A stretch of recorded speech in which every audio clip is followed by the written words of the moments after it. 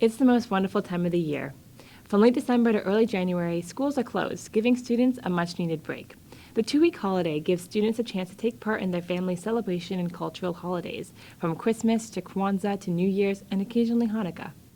But throughout the rest of the year, there are several other religious holidays that aren't recognized by school calendars. In my 4 years of university, I've had to write several midterms while fasting for Ramadan or even on the day of Eid. Balancing schoolwork, assignments, midterms, and even exams alongside religious holidays is no easy feat. So maybe it's time we gave our school calendars a second look. Like much of Canadian history, our calendar has been influenced by Christianity. And in order to understand Christianity's influence on our current calendar and the holidays it honors, we have to go back. Way back. We could technically go all the way back to when the Catholic Church convinced Julius Caesar to make year 1 of the calendar, the birth of Jesus. But that's a long story. Instead, let's start in 1752 when Britain and its colonies, including what is now Canada, adopted the Gregorian calendar, a Roman Catholic creation we still use today. It was created by Pope Gregory XIII for the purpose of changing the date of Easter to make sure it fell in spring every year.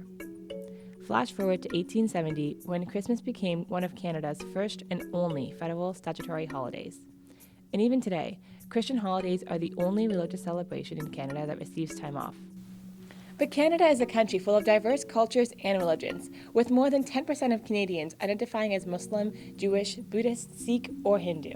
That's nearly 1 in 10 Canadians that don't celebrate Christian holidays, or roughly 3.8 million Canadians who are left fitting their religious celebrations into a schedule designed to suit only one religion. In the United States, New York City Mayor Bill de Blasio added 2 Islamic holidays in 2015 as official days off for school children, as a move forward to acknowledge the increasing multiculturalism in the country. And I remind everyone, this nation is so interesting, so powerful, so unique in its origins, because it is a nation built to respect all faiths. If you look at States across the U.S. and other countries like India, Singapore, and Malaysia are also diversifying their holiday calendars to be more inclusive. So why is Canada so behind? To find out more, I spoke to Professor Peter Beyer from the University of Ottawa's Religious Studies Department. As far as the policy is concerned, the public school system used to be the Protestant school system in this province, but it did away with all religious education in 1972. The only place where this becomes even issue is at the so-called holiday season, right? And which the one that's coming up in December, which is clearly based in Christmas.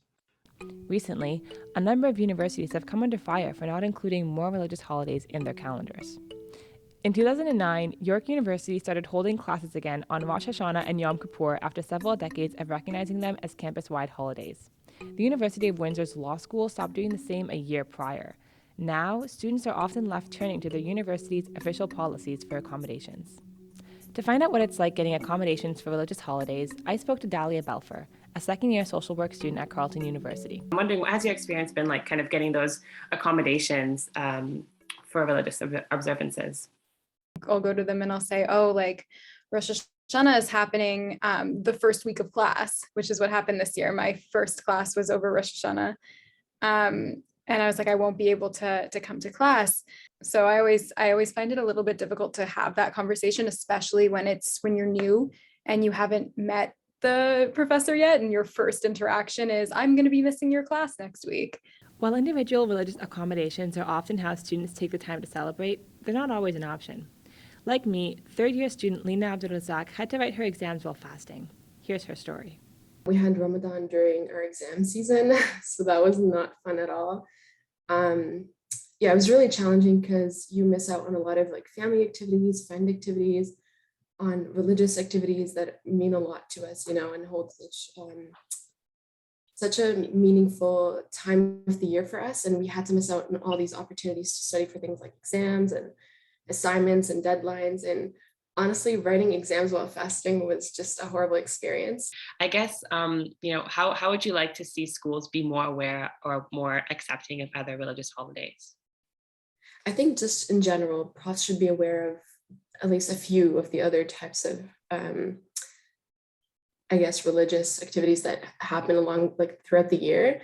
and just like recognizing them. So just like they would recognize Christmas and they would say happy holidays, I think it would be really nice if other religions get the same, I guess, recognition from profs, or like, just like an email of like, oh, happy Eid. For many, including myself, religious holidays are a special and sacred time. Celebrating religious holidays without having to worry about getting accommodations or writing midterms at the same time is a privilege. Whether it be through individual accommodations or more inclusive school policies, students like Lena and Dahlia are leading the push for schools to have more diverse school calendars. And for students like me who don't normally have our holidays in the school calendar, it looks like for now we'll continue to find ways to balance our holidays and our homework.